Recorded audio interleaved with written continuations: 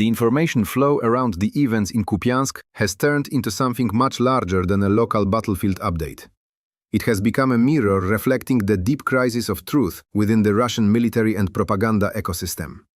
For months, reports from the Kremlin, the Ministry of Defense, and loyal military bloggers, the so-called Z community, painted a bright, victorious picture. According to them, Kupiansk was under solid Russian control, the Ukrainian counteroffensive had failed, and the situation was stable. But then reality intervened, and even the most loyal voices were forced to admit that something was deeply wrong. At first, the cracks appeared quietly. A few field bloggers began to write, almost apologetically, that the situation under Kupiansk might be more complicated than previously reported. They mentioned Ukrainian drones, reinforced battalions, and unexpected counterstrikes. But these small doubts quickly snowballed into something larger, an avalanche of reluctant confessions that contradicted the official narrative. Suddenly, even the biggest Z channels, usually coordinated with the Ministry of Defense, started to talk about losses, false reports, and disrupted communication between command and troops. The illusion of control began to crumble. Official Moscow, however, stayed silent. The same week, when the situation on the ground became critical, Vladimir Putin held his traditional live Q&A session, insisting that Russia had secured key territories.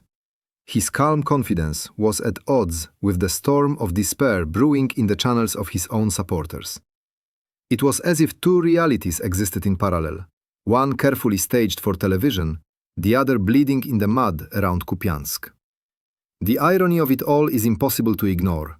Only a week earlier, the same bloggers who now spoke of losses had mocked Ukrainian President Volodymyr Zelensky's visit to Kupiansk, claiming the footage was fake, that he never set foot near the city. They had accused Western media of fabricating stories of Ukrainian advances, and yet now they were quoting their own insider sources, confirming that the Ukrainian army had retaken most of the city and its surroundings. The reversal was stunning and humiliating for the propagandists who had sworn they were telling the truth. This shift didn't happen overnight. For days, reports accumulated from various military correspondents, some still clinging to hope, others admitting critical difficulties. But when even channels like Rybar and Voinkorko Tenok, both known for their loyalty, began to write about the loss of control and chaos in reporting, the scale of the deception became undeniable. Kupiansk, they said, was never fully under Russian control to begin with. What was presented as a triumph turned out to be a carefully crafted illusion sustained by false reports from the field. These admissions hit hard among their own followers. People who had been told for months that everything was under control suddenly realized they had been misled. The phrase, "fighting for reports rather than results," began to circulate widely in comment sections. Even some pro-Russian analysts admitted that officers had falsified success stories to secure medals, promotions, or simply to avoid punishment. The sense of betrayal was palpable. Meanwhile, the Ukrainian military maintained silence. Their strategy was simple: let the chaos on the other side speak for itself. Official statements from Kiev were minimal, confirming operations but avoiding triumphalism. The contrast was sharp. While Russian bloggers argued about who lied and who failed, Ukrainian sources quietly released footage of their soldiers standing near Kupiansk's industrial zones, the same places that Russian media had claimed to control weeks earlier. As all this unfolded, viewers around the world watched with fascination. How could a country invest so much in information warfare only to lose control of its own narrative? How could commanders falsify entire battlefield outcomes and still be rewarded for it? These questions now dominate not only independent Russian discussions, but even the private chats of the Z community itself. Some of them have started to speak about the curse of Kupiansk, a symbol of how lies eventually consume those who spread them. Before we reveal what exactly happened in Kupiansk, who lost what, and why the entire operation collapsed, make sure you stay tuned. What comes next exposes not just one failed offensive, but the internal mechanics of how Russia's war propaganda works. Subscribe so you don't miss the detailed breakdown in the next part, where we will uncover everything, from the first false victory reports to the final, reluctant admissions by those who once swore Russia had taken the city. When the truth finally surfaced, it did so like a slow-moving earthquake, shaking everything that had been carefully constructed for months. Kupiansk became not just a city under dispute, but a symbol of the entire war's deception, a story of illusions built from doctored maps, edited drone footage, and overconfident reports sent up the chain of command. It began with a single declaration in November. General Gerasimov proudly reported to Vladimir Putin that Kupiansk was fully taken, cleared, and under the Russian flag. State TV echoed it immediately, presenters smiling as they spoke about stabilization in the Kupiansk direction. Yet behind the polished briefings, soldiers on the ground were already whispering that the situation was crumbling. Inside the Russian Ministry of Defense, pressure to produce results was immense. Commanders competed not for ground, but for recognition. In this climate, the truth became negotiable. Reports from battalions were rewritten to sound victorious. Maps were altered to show red zones where only a few Russian scouts had stepped for minutes before retreating. Photographs of captured trenches were recycled and used to illustrate liberated villages. And so the illusion of control was built layer by layer, until it became the official version of reality. Those who dared to contradict it were silenced, accused of demoralizing the army. But then came the avalanche of evidence that could no longer be ignored. By mid-December, Ukrainian drones were flying freely above the Oskil River. Video footage showed Ukrainian forces entering areas that Moscow had long claimed to hold securely: Sobolivka, Radkivka, Petropavlivka. When these images began circulating, even the most loyal military correspondents could not find an explanation. One of them, posting under the alias Rybar, admitted in a rare moment of candor that a significant part of the western bank of the Oskil River is lost, and control in Kupiansk itself is unstable. He added that Ukrainian forces had regained control of the industrial zones and that Russian troops were holding fragmented positions, held together only by desperate drone operators working without rest. His words spread like wildfire. Others confirmed them. Kupiansk was slipping away, and not just physically, but symbolically. The reaction among Russian war bloggers was explosive. Some raged against their commanders, accusing them of lying to the top for medals. Others went further, saying openly that Putin himself is being deceived. Telegram channels once filled with triumphal slogans now sounded like confessions. One by one, familiar voices, two majors, Wojenkor Kotenok, Alex Parker, even the combative Zergulio, began to publish similar stories. The city was lost because of false reports, reserves had been withdrawn, and soldiers left behind were surrounded. Kupiansk never belonged to us, wrote one of them bitterly. We conquered it only on paper. The sentence was shared thousands of times, an unintended epitaph for the entire campaign. Inside Russia, the contradiction became unbearable. On one hand, television anchors continued to say that Kupiansk was secure. On the other, Z-bloggers with hundreds of thousands of followers were describing the retreat in painful detail. Some of them even mocked the state's silence. If we don't talk about it, maybe it didn't happen, wrote journalist Yulia Vityazeva sarcastically, echoing the unspoken rule of Russian propaganda. The contrast between the two realities, official triumph and digital despair, made the truth impossible to suppress. Even those who had once mocked Ukrainian President Zelensky for appearing in Kupiansk now found themselves sharing maps showing Ukrainian advances. The irony was devastating. Military analysts from both sides started piecing together what had gone wrong. The answer was as simple as it was tragic. Russian forces had never actually consolidated control of Kupiansk. Instead, small assault groups had entered parts of the city, filmed short clips, and withdrawn. These fragments were later used in official briefings to declare the area liberated. But no logistical line was established, no defensive perimeter maintained. When Ukrainian units counterattacked, the Russian side discovered that it had nothing to hold. The withdrawal turned into a chaotic retreat, masked for weeks by false situation reports. And when the truth reached the Kremlin, it was too late. Ukrainian forces had already regained almost the entire city. Among the Z community, the tone shifted from anger to despair. Some began to question not only their leadership, but the war itself. One blogger, writing under the pseudonym Empire is Very Angry, posted bitterly, "This is not the first time we've liberated Kupiansk. Maybe next time we'll manage to keep it for more than a month."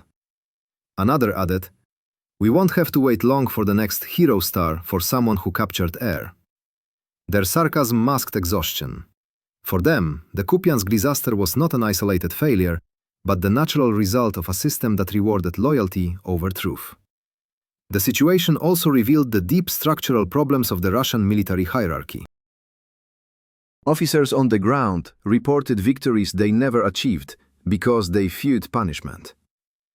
Regional commanders signed off on those lies because they needed to show progress. At the top, generals presented these fake victories to Putin, who then repeated them publicly. It was a chain of deception that stretched from the trenches to the Kremlin, feeding itself until reality could no longer be hidden. When Ukrainian forces posted videos from Kupiansk showing the city's iconic entrance sign with their flag nearby, the truth became undeniable. Even Rybar, one of the most influential pro-Kremlin channels, admitted that misreporting at all levels has led to strategic failures.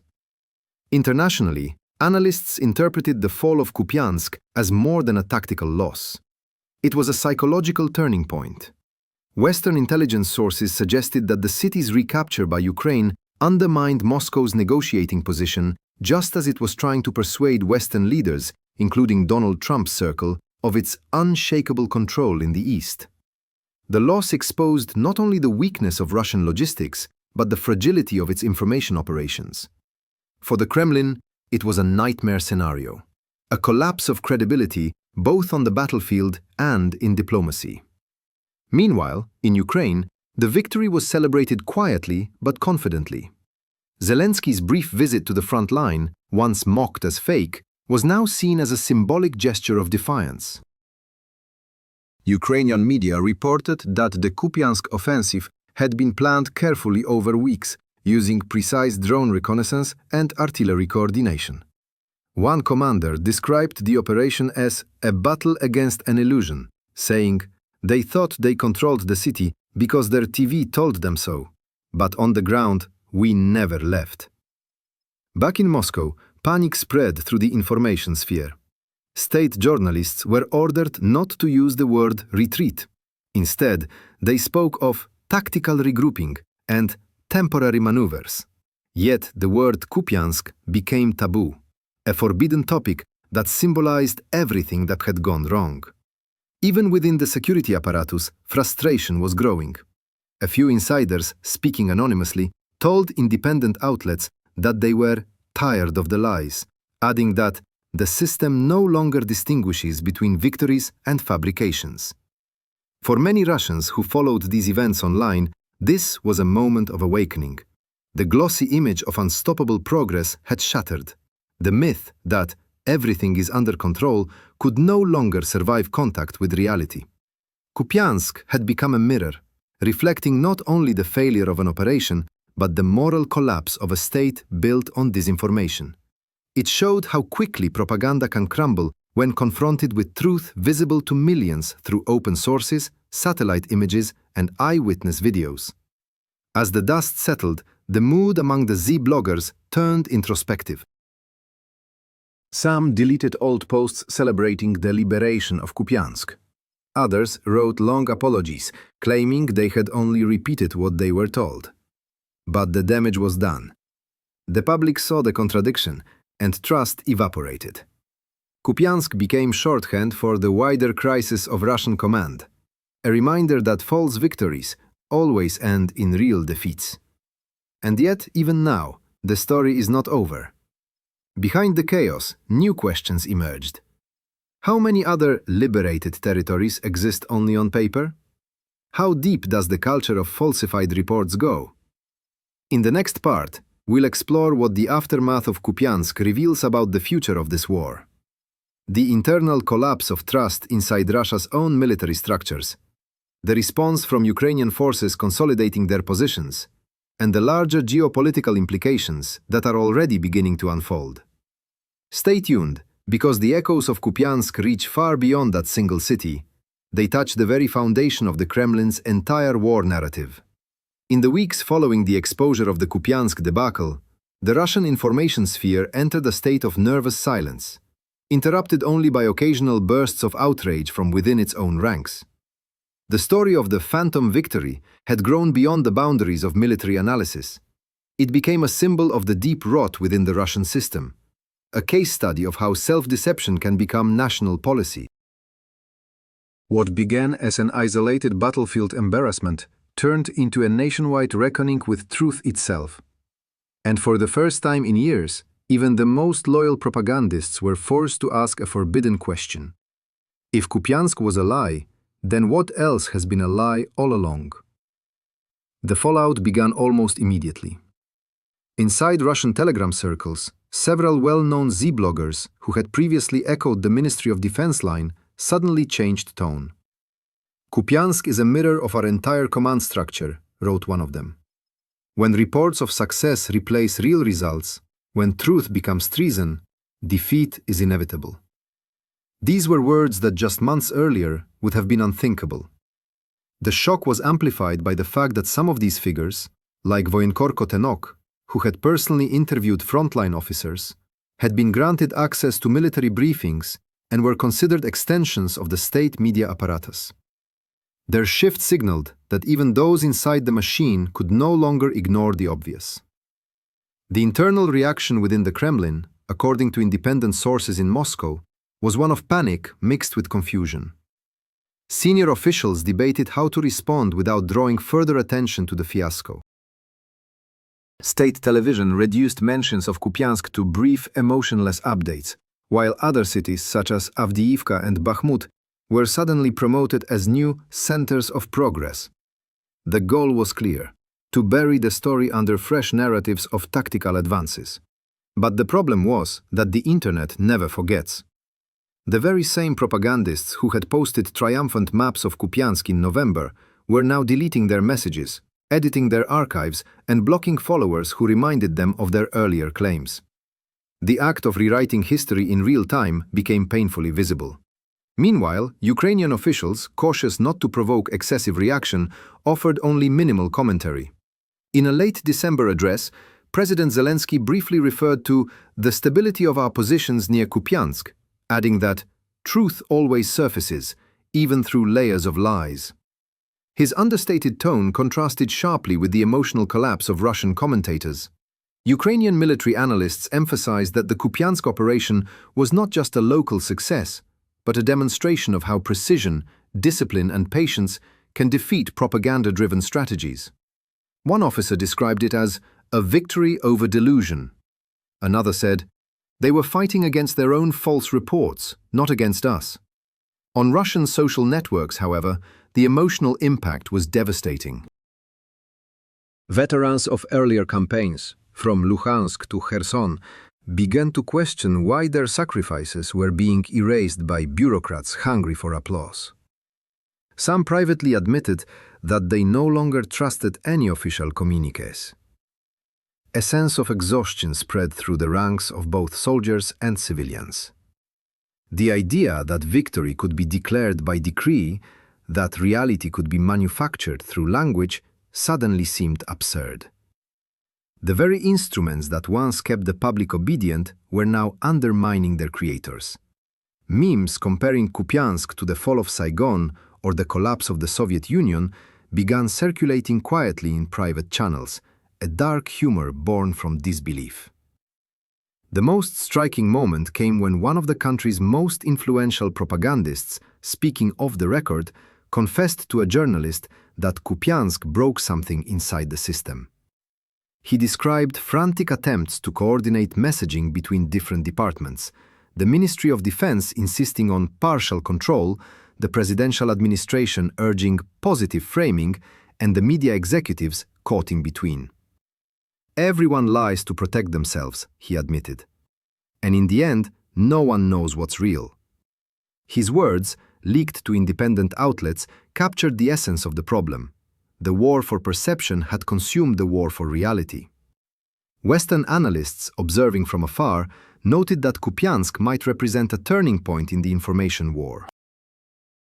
Intelligence briefings in Washington and Brussels described it as a self-inflicted strategic collapse. One European diplomat was quoted as saying, "Russia's biggest enemy in this war is not Ukraine, but its own disinformation machine."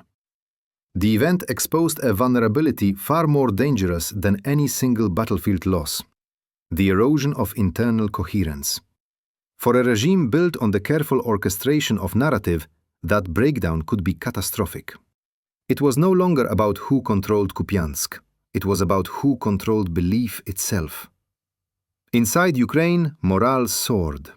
Soldiers on the Eastern Front posted photos from the city's outskirts, holding small Ukrainian flags near the damaged Kupiansk sign. They did not shout or celebrate loudly. Their silence spoke volumes. Civilians who had lived under temporary occupation returned to rebuild their homes, describing months of fear and uncertainty. For them, the liberation was not just territorial, but psychological. Proof that truth, even when buried under propaganda, eventually reclaims its place. Local volunteers began documenting testimonies from residents who witnessed both sides' presence, providing valuable evidence for future reports on the occupation's human cost. Back in Russia, the military hierarchy was shaken by the search for scapegoats. Lower-ranking officers were quietly dismissed, accused of misreporting operational data. Yet no general took public responsibility. Observers pointed out that this pattern had repeated after every major setback: Kharkiv, Kherson, and now Kupiansk. The culture of avoiding accountability had become systemic. "There is no room for truth when punishment depends on honesty," wrote a military insider anonymously. "Everyone pretends, everyone survives." Even soldiers at the front began referring to their situation bitterly as fighting in the fog of lies. Amid this turmoil, Putin's December press conference now sounded eerily disconnected. When he insisted that Kupiansk and its surrounding areas remain under reliable Russian control, even some state journalists shifted uncomfortably in their seats. A few days later, footage circulated online showing Ukrainian troops operating freely in districts he had mentioned. The dissonance was too visible to deny. Independent Russian commentators remarked that it was the first time in years that the Kremlin's words had lost their absolute weight. The mythology of invincibility had been punctured, and no amount of censorship could fully repair it. As the new year approached, Kupiansk transformed into a case study discussed by experts across continents. It became shorthand for the dangers of authoritarian storytelling, a warning that when power relies entirely on the illusion of success, it eventually collapses under the weight of its own fiction. Even among Russian citizens still loyal to the government, fatigue began to replace fervor. "We believed them once," wrote a user on Vkontakte. "But now we see it's all performance. They film victory videos while our sons never come home." These were not the words of dissidents or activists. They were the quiet lamentations of ordinary people whose trust had been broken. In the international press, the Kupiansk episode was dissected as both a military and moral event. Analysts from the Institute for the Study of War described it as a rupture between Russia's strategic narrative and battlefield reality. Major outlets like Reuters, the BBC, and The Guardian published investigations highlighting how state propaganda had inflated minimal gains into symbolic victories. Satellite imagery confirmed what many suspected, that Russian forces had held only fragmented positions at the city's edges, never the heart of Kupiansk itself. The timeline of denial, falsification, and eventual exposure became public knowledge, undermining Russia's credibility even among its remaining allies. For Ukraine, the symbolic importance of Kupiansk extended far beyond its geography. The city became proof that patience, intelligence, and truth could outlast even the most powerful propaganda machine. The liberation served as a reminder that wars are not only fought with weapons, but with narratives, and that when one side builds its story on deceit, collapse is inevitable. In Kiev, political analysts began referring to the Kupiansk principle, that in the long run, transparency outmaneuvers illusion. It became a phrase repeated in speeches, news programs, and classrooms, a moral compass for a nation still enduring unimaginable strain. And yet, even as Ukrainian forces solidified control over Kupiansk and nearby regions, the Russian propaganda machine continued to churn. New successes were announced elsewhere, new breakthroughs proclaimed. But the tone had changed. Every time a new victory was declared, thousands of online commenters would reply with a single word: Kupiansk. It became a code for skepticism, a quiet act of rebellion. No censorship could erase it completely. The lie that once united now divided. The image of Putin's confident statements juxtaposed with satellite photos of retreating troops became emblematic of a state at war with its own reflection. Kupiansk is not just a location on the map anymore. It is a metaphor for the modern Russian condition, the collision between truth and narrative, between the visible and the said. It marks the moment when even those inside the fortress began to question the walls around them. And while officials in Moscow continue to speak of regroupings and controlled withdrawals, the world has already drawn its conclusion. The story of Kupiansk will be remembered not merely as another battle, but as the day when lies met their limit. As the closing words of this report echo, one lesson remains unmistakable. Every false victory carries within it the seed of real defeat. The events in Kupiansk prove that no amount of censorship, no carefully written speech, and no orchestrated line on state television can hide the truth forever. The battlefield may move, the borders may shift, but facts endure, and as the Russian army retreats once more into the fog of its own creation, the name Kupiansk stands as a quiet, unyielding reminder that truth, however delayed, always returns.